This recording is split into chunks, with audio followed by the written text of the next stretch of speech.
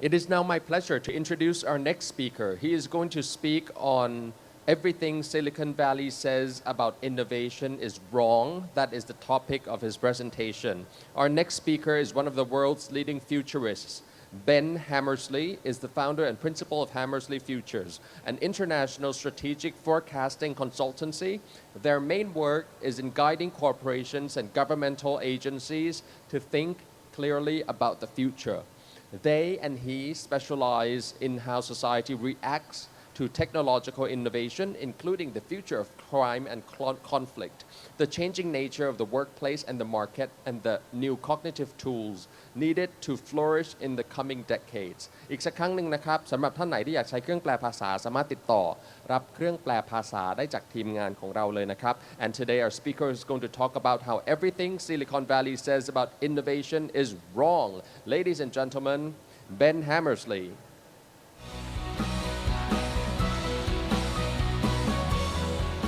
Thank you very much. Thank you. Good morning. Morning. Hi. And hello to everybody listening on the internet. You are all much more comfortable. Congratulations. So as you just heard, my name is Ben Hammersley. I am a futurist. So my job is to live about 2 years in the future and then come back and tell my clients all about it. And this as a job has become basically impossible over the past few years. It's incredibly difficult today to make predictions about how the world is going to be. In the olden days, 10 years ago, as far back as that, it was relatively easy for people to stand on a stage like this and discuss what the future would be. But today, it's very, very difficult indeed. And this is a problem because everybody here, everybody in this building is trying to make plans about the future. Your job is to think about what the future will be like and then to plan your life.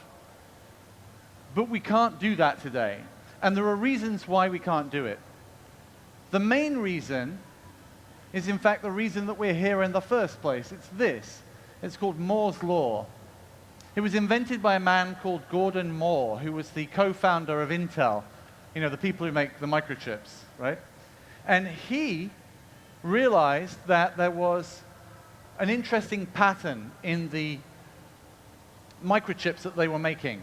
He noticed that every year, for the same amount of money, they could fit twice as many components onto a microchip. Now, he wrote a paper about this in 1964, and at that time it was ignored, but when they went back and they looked at it again in the 70s, they saw that it was true then as well. And then it was true in the 80s and the 90s and the 2000s.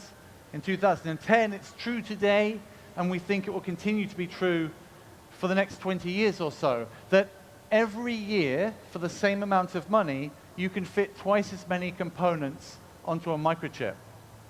Now, we usually say, we reword this, we say that every year for the same amount of money, computing power doubles. And this is really important because no matter where you start on the graph, if you start here or here or here, the next year the computers will get twice as good. And this has a fundamental problem. It introduces a fundamental problem to our lives. It means that we can't think about what the world will be like more than a few years out. If you imagine living 10 years ago, or imagine living 15 years ago and trying to think about what the future would be like today. 15 years ago was before the iPhone, it was before Facebook, it was before Twitter, it was before Line, it was before Instagram, it was before Snapchat, it was before all of those things. And so it would have been impossible to make a prediction about today without also knowing that those things were going to happen. And this means that when anybody thinks about innovation, no matter where you are on the planet, you have profoundly shortened forecast horizons. The amount of time that you can see into the future is much, much shorter, which is a real problem. And it causes everybody around the world whether you're here in Thailand or in New York where I live or in London where I used to live or wherever else, it makes people very, very scared and it makes people very nervous. And so many people start to say this. They start to say, we're lost. You have to help us. Help us think about the future.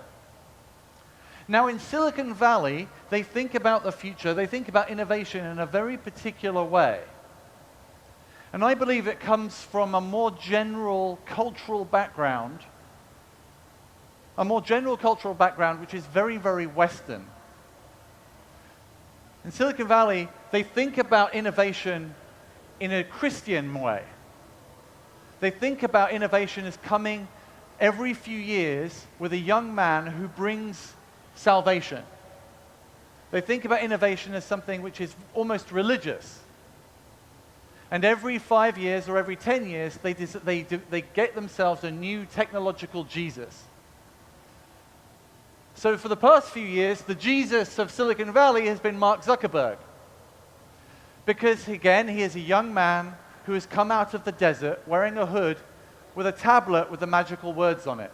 And those magical words will bring with him salvation for everybody who follows him. Now this is the Silicon Valley model of innovation, and it's what happens everywhere else on the planet that follows that.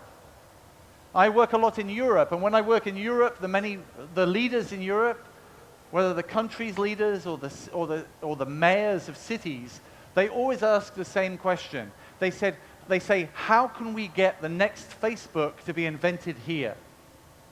How can we get the next technological Jesus to be born here in our city?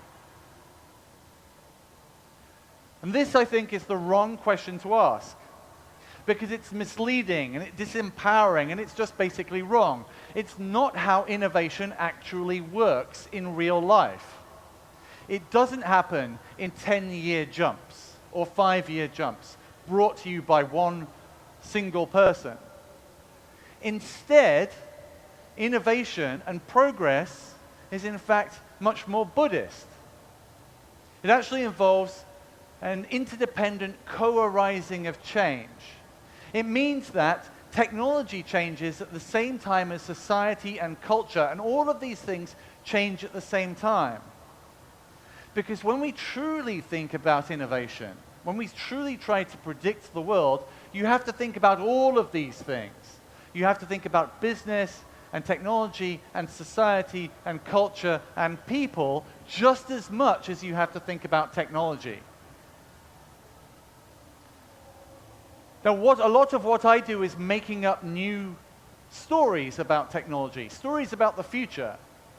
And a very good science fiction writer once said that a good science fiction story should be able to predict not just the car, but also the traffic jam. To predict the social effects of technology and not just the technology. So what I want to talk to you about today is how actually innovation actually works. Because once you understand how innovation actually works, then you can walk around the rest of this show and you can see the technologies that are here and you can see them more clearly. You can think about what they actually mean. Everything from Huawei to everybody else.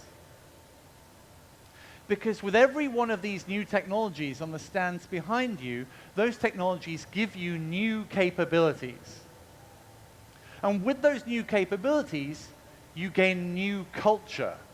It changes the country, it changes society, it changes your culture. And so to think about technology, you have to also think about the cultural change too. There are many, many stands in this show that have drone delivery technologies. Or humanoid robots over there, very impressive. And as technologies, they're very interesting.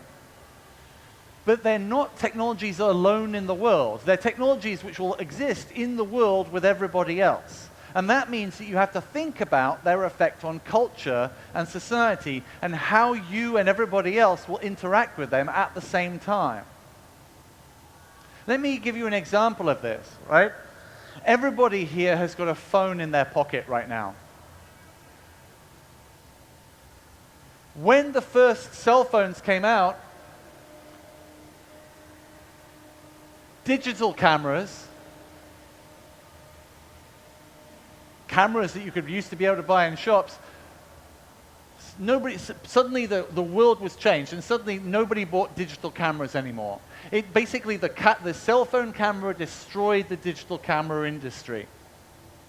The new capabilities that you got with having a camera in your phone broke a whole industry. This graph here only goes to 2018, but if you looked at the 2019 figures, you'll see that basically no one has bought a digital camera this year anywhere on the planet. But at the same time, having a camera in your phone changes the world. It changes culture completely. These are two very famous pictures taken in Rome when there was a new pope. So it's a very big deal. When there's a new pope, this is a really big and important thing, and thousands and thousands and thousands and thousands of people stand in front of the cathedral in the Vatican, and they wait for the new pope to be announced. And in 2005, all of the nuns and the monks and all those people were standing there waiting for the new pope, and nobody was holding a phone. But when that pope resigned and they had to have a new one, in 2013, everybody held a phone up. It changed the way that the world is. It changed the culture. It changed society completely.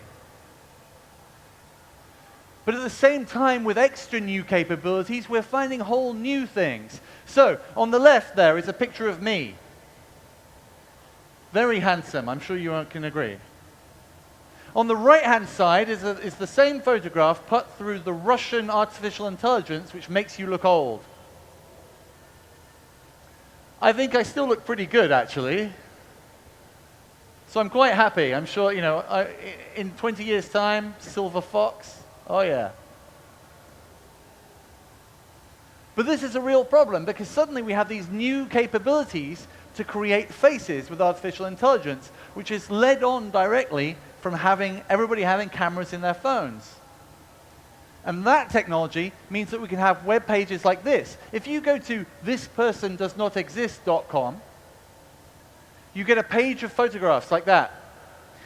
And every time you hit refresh, you get 6 more. Every single one of those photographs is not a real person. Those faces were created by artificial intelligences.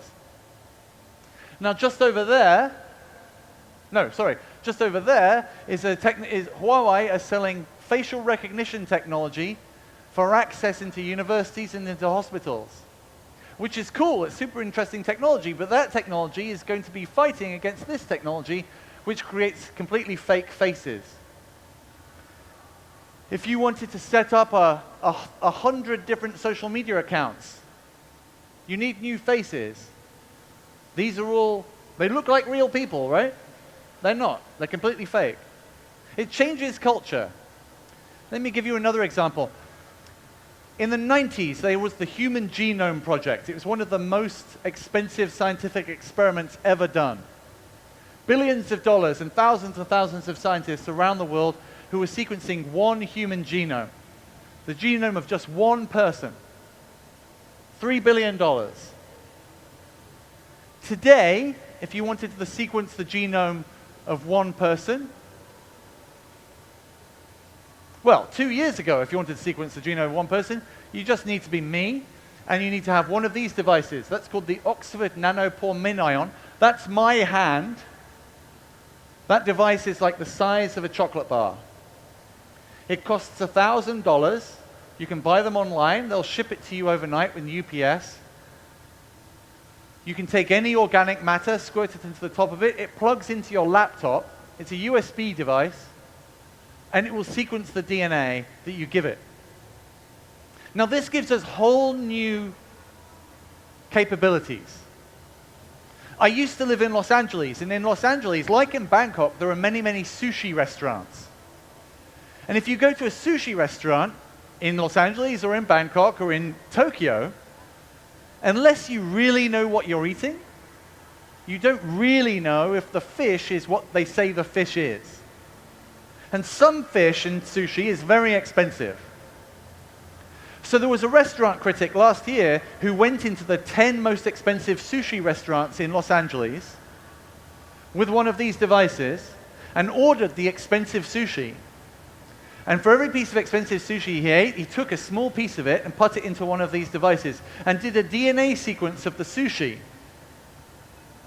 He found in the 10 most expensive sushi restaurants in Los Angeles that 75% of the fish wasn't the fish it said it was. By giving new capabilities to people, it changes the way that we can operate in the world. A restaurant critic can do DNA sequencing whilst they're eating sushi. People can take these into the jungle. My wife, literally 2 weeks ago, came back from Borneo, where she'd been using one of these in the jungle, in Borneo, to discover new species. They found 2 new species of snail and 1 new species of spider, and they already knew that they were new species because they DNA sequenced them whilst they were there. Whole new capabilities. Now this is a problem as well, because with new capabilities, society develops new ways of doing things with it. And one of the things they do always with any new technology is crime. Now imagine that you are the senior director of a publicly listed company, or you are a senior politician. And imagine that you had an illness or a mental condition that you hadn't told anybody about. Now lots of those illnesses and lots of those mental conditions are genetic, which means that if somebody was able to get a sample of your DNA and they could sequence it like this, they could then blackmail you, because they could go to you and they could say, I know that you have this condition, you've not told anybody else, you have to give me money or I will tell everybody. I do a lot of work with cybersecurity specialists. And one of the questions that we're now asking senior politicians and senior members of corporations is this one. Do you know where all of your bodily fluids are? In a few years' time, very, very senior politicians and commercially important people and so on will not be able to go to restaurants. Because if they go to a restaurant, they will leave saliva on wine glasses, they'll leave physical traces on things. And then it will be easy for a waiter to get a sample of the Prime Minister's spit. And then when the sample of the Prime Minister's spit from the edge of a wine glass, they'll be able to do a DNA sequence and they'll know everything about that person's health. Suddenly, society is going to change quite radically because of a new capability. Now, one of the biggest capabilities, something that is on every single one of these big stands behind you, is artificial intelligence. The impact of artificial intelligence is one of the most important things to hit the world. But let's think clearly about what artificial intelligence actually is. Artificial intelligence really is just the ability to do lots of really hard maths on lots and lots of data on big machines. It's huge amounts of processing on big data on cloud computing. And when you realize that all AI is just the ability to do very, very difficult maths on lots and lots and lots of data on very powerful machines, then that gives you new ways of thinking about it. And those new ways of thinking about it are very important. Now, there was a British computer scientist called Alan Turing who was incredibly famous, basically invented computing. And he said in the 1950s, he said that the conversation about artificial intelligence was wrong. Many people ask the question, can machines think? But that's wrong. He said you have to say, can machines do what we, as thinking people, do? When you start to ask that question, we realize that there is a problem that is about to happen with AI. There is something that is about to happen with artificial intelligence which is going to be very, very difficult for the world. Because artificial intelligence is only the ability to do maths, and difficult maths, but really all it is maths, before something can be given to an artificial intelligence to think about, you have to turn it into numbers. An AI, no matter whose AI it is, can only do AI things on something if it can turn that thing into a number or into data.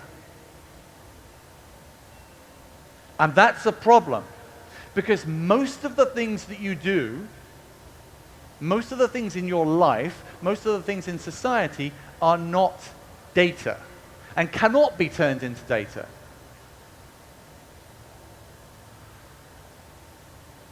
There's a South American novelist called Borges, and in one of his books, he gives the story of there being an ancient library in China, thousands of years ago, where the librarian divided the world into these categories.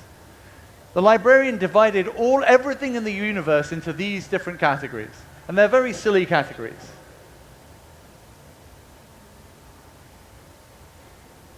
They're not maths, though. They're not numbers. At the same time, 20 years ago, a man in the US called Donald Brown created a list of all of the things that are universal in human society. Every single human society has these things. It doesn't matter whether you're from Thailand, or from America, or from Britain, or from Russia, or wherever it is. Everybody in the world has concepts like childhood fears, or age status, or classification of colors, and different things like this. Every single child in the world, no matter what culture you're in, has a fear of loud noises, for example. And so he made a list, and this list is many pages long, but he had made a list of all of these things which are universal to humans, that are part of human life in every single society. And most of these things, if not all of these things, cannot be turned into numbers. And yet, every single one of these technology companies has an AI on their stand which they're talking about making decisions about human society. And this is a problem, because human society can't be made into data in a way that really works.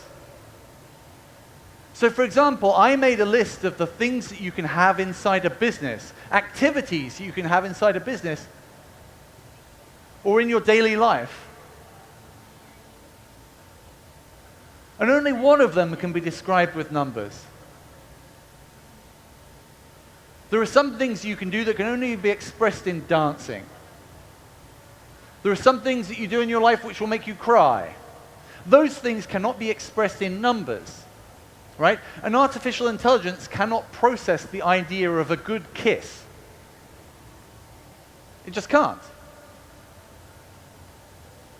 Which means that as all of these technology companies who aren't paying attention to the culture, as they introduce new AI systems into the world, we may have really bad problems. And already we've had many examples of this. For example, Amazon last year started to use an artificial intelligence for their HR department. They have many jobs that are available, but for every job that's available, they have hundreds or thousands of people apply for their jobs.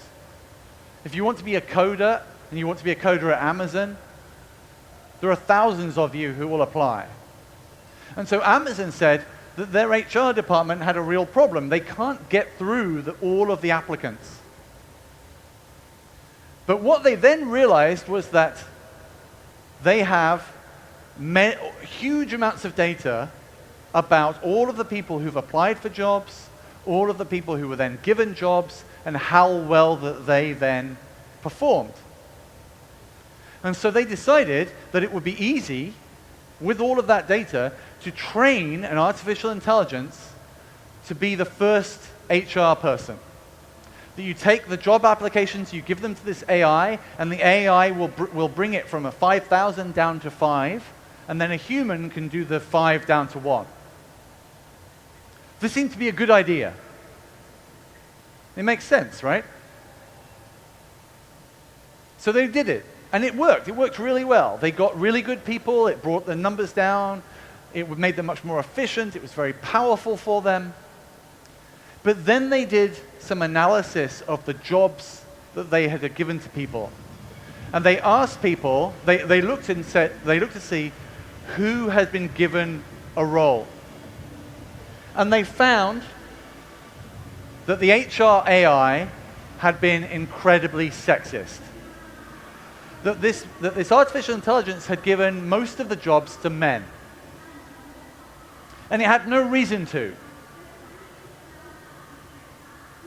Except that when they looked at it, they realized that the AI had been trained on data which itself was incredibly sexist. That their HR department had been very sexist in the past, and now all the AI enabled you to do was to be sexist much more efficiently. This is not cool.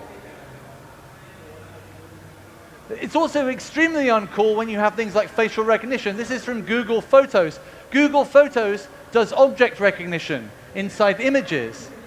And if you're an African American, as this person does, and it decides that your friends are gorillas rather than people, that's deeply uncool. There are many examples of this as well. This is an engineer turning people into numbers and then making a horrible, horrible social mistake. It's technology being emphasized over culture and society. And that is a disaster. And the reason for this is because AIs, you don't code them, you really raise them like children. You train them. And the problem that you have is that you can train them badly. So Microsoft, a couple of years ago, they had a chatbot which was meant to be a teenage girl.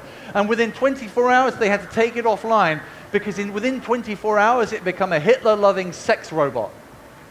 Because a whole load of American teenagers went on there and trained it to be horrible. If you are a senior executive in a company that introduces a product and within 24 hours you have to remove it because it becomes a fascist, that's pretty bad. Now, of course, there are some legal ramifications. For example, in the American Congress, there's a law that's not really going through, but it got voted through the House of Representatives anyway, which is to attempt to bring in checks and balances against algorithms, where if you release an AI into the wild, you have to have it so you can explain how it works. But this isn't really enough. Instead, we as technologists need to think about these things more clearly.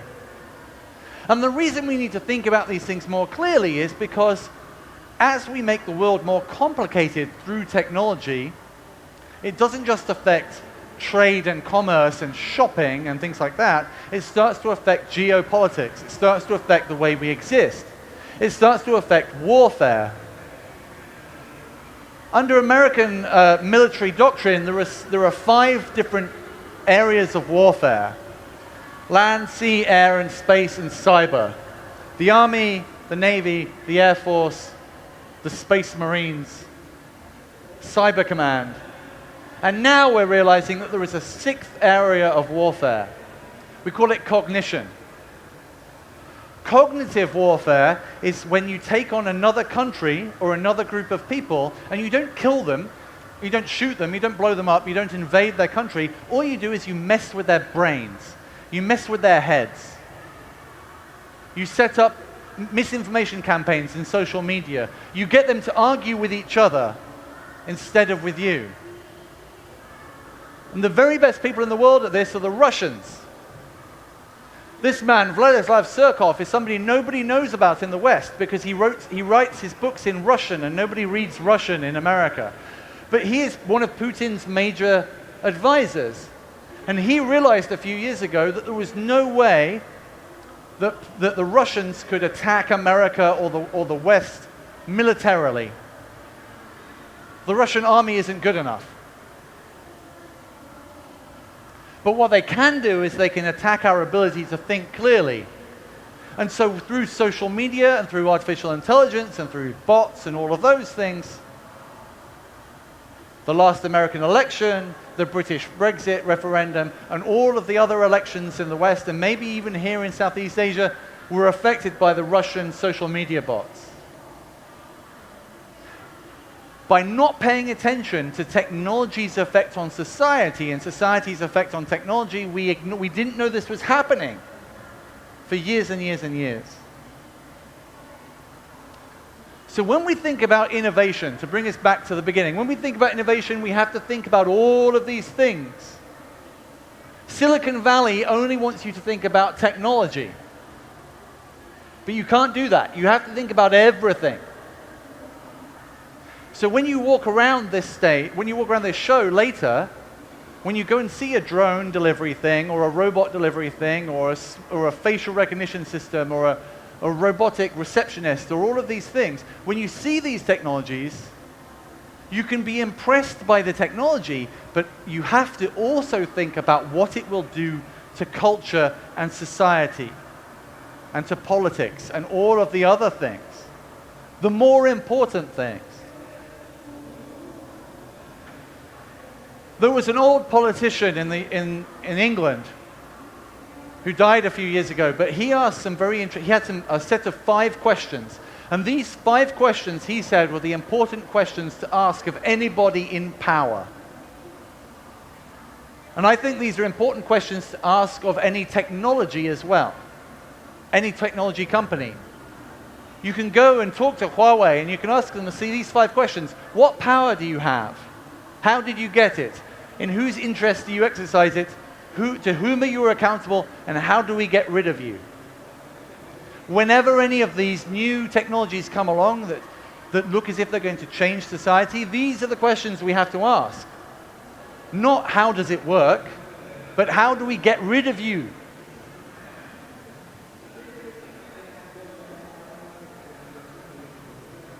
I'm going to skip over these things. So like I said, as a futurist, my job is to think clearly about the future and to help other people think clearly about the way that the world is going to change. And to do this, you have to think clearly yourself about the way the world is changing. And to do that, you have to start asking yourself interesting questions. So I want to teach you now 2 techniques to do my job. And these 2 techniques are things that all of you can use in your daily life to improve the way you can think about the world. The first one is called the grandchild game. This is a very good game. Consider that your grandparents probably hold social beliefs that you find really terrible, right? That your grandparents think things that you think are really bad. You don't have to like say what those things are out aloud, but I'm sure everybody has a time when they're sat at dinner with their family and their grandparent or their uncle or somebody like that will say something and you're like, whatever it is. And they may be really racist. They may be whatever it is. To understand the way that society is moving, you can ask yourself an interesting question about this. What of the beliefs that you hold, that you personally hold today, do you think that your grandchildren will find equally as embarrassing? What thing do you do today, what belief do you have today that your grandchildren or your great-grandchildren will find to be really awful? Now, many people in the audience now are very young and maybe have a difficulty with this question, but it's worth thinking about. Wherever I ask this question around the world, there's some of the same answers happen. A lot of people say eating meat, for example. A lot of people say plastics. A lot of people say driving in a car. But everybody will have a different thing that to them they know is right, but they also know that their grandchildren will think is wrong. Now, if you can think about that and you can identify those things, that is the direction that society is moving. And as a futurist, or as somebody who is spending the rest of their life in the future, which is everybody here,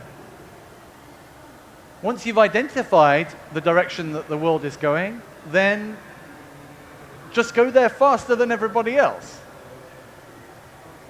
And then you'll succeed. So that's the first question. That's the first technique. This is very, very good to do when you're slightly drunk. Because what I'm trying to show to you is that innovation isn't a thing that happens in a big leap every 10 years.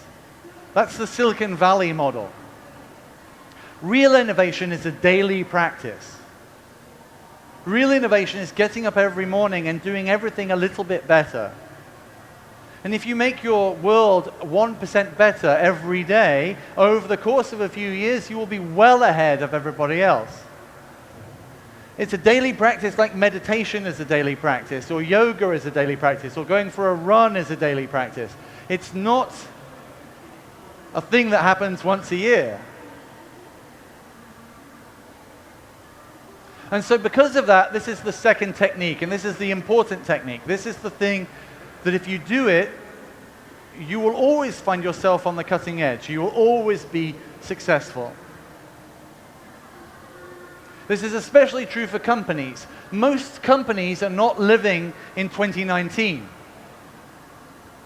Most of you probably work for companies or work inside or go to schools, for example, where it's not really 2019 in that school, or not really 2019 in that office. You're using old systems. Your bosses are old-fashioned. Your teachers are old-fashioned. Whatever. And so when it's 2019 today, it might be only 2012 in your office, or it might be only 1972 in your school. We can't predict the future, but what we can do is we can get as close to it as possible and keep getting as close to it as possible and stay right at the front. And so the way to do that is this technique. We call it constant legacy-free reinvention, and it's very simple. I can teach it to you right now. Choose a day. Let's say tomorrow, right? When you wake up tomorrow, what I want you to do is from the moment you wake up to the moment you go to bed, pay attention to everything you do, every physical action you do. You brush your teeth, you make some coffee, you send an email, whatever, everything. And of every single thing that you do, ask two questions. The first question is, what problem am I solving by doing this action? I am brushing my teeth because something died in my mouth last night. I am sending this email because I want to tell that person something. I'm making this phone call because I want to arrange a meeting. Whatever. And then when you have worked out what the problem is, ask yourself, if I had to solve this problem today for the first time, and I had to use modern technology, how would I do it? If I had to solve this problem today for the first time, I'd never done it before, how would I do it? Now this slows you down a lot, because you'll spend a lot of time Googling things. But when you do this, very quickly, you find that in every part of your life, there is something you can improve a little bit. There's a better way to brush your teeth. There's a better way to put your shoes on. There's a better way to arrange a meeting. There's a better way to sell things to your customers.